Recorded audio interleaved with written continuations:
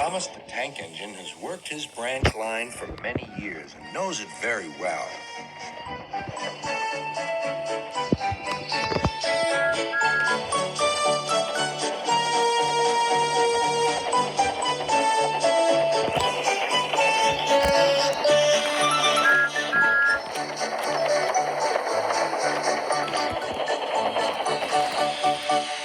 You know just where to stop, Thomas, laughed his driver. You could almost manage it without me.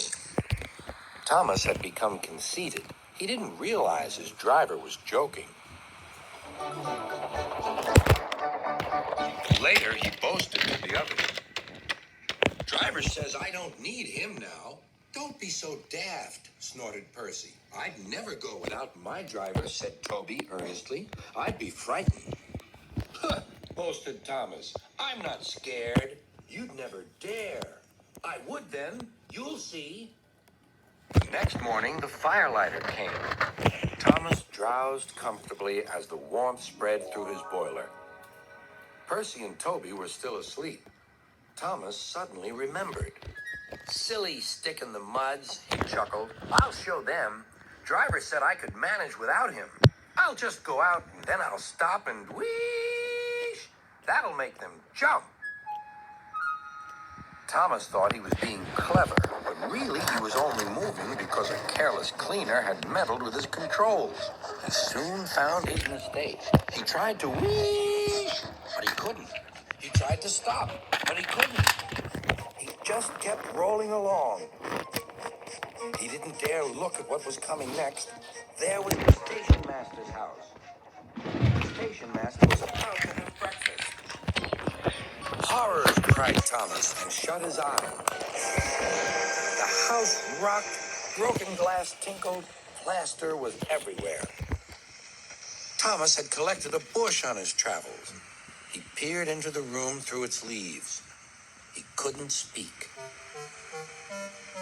The station master was furious. His wife picked up her plate. You miserable engine, she scolded. Just look what you've done to our breakfast. Now I shall have to cook some more. She banged the door.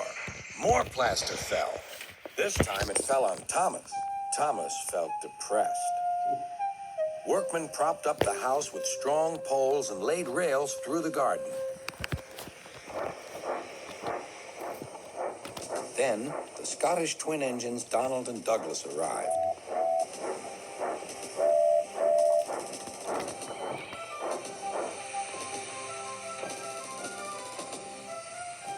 Dinna fash yourself, Thomas. We'll soon have you back on the rails, they laughed.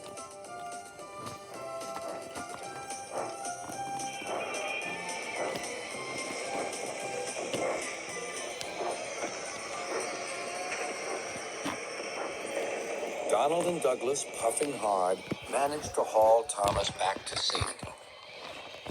Bits of fencing, the bush, and a broken window frame festooned his front, which was badly twisted.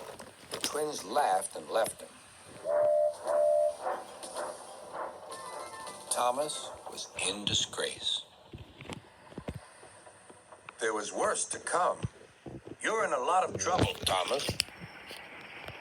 I know, sir. I'm sorry, sir. Thomas's voice was muffled behind his bush. You must go to the works and have your front mended. It will be a long job. Yes, sir. Meanwhile, a diesel rail car will do your work. A diesel, sir? Thomas spluttered. Yes, Thomas. Diesels always stay in their sheds till they are wanted. Diesels never gallivant off to breakfast in station masters' houses.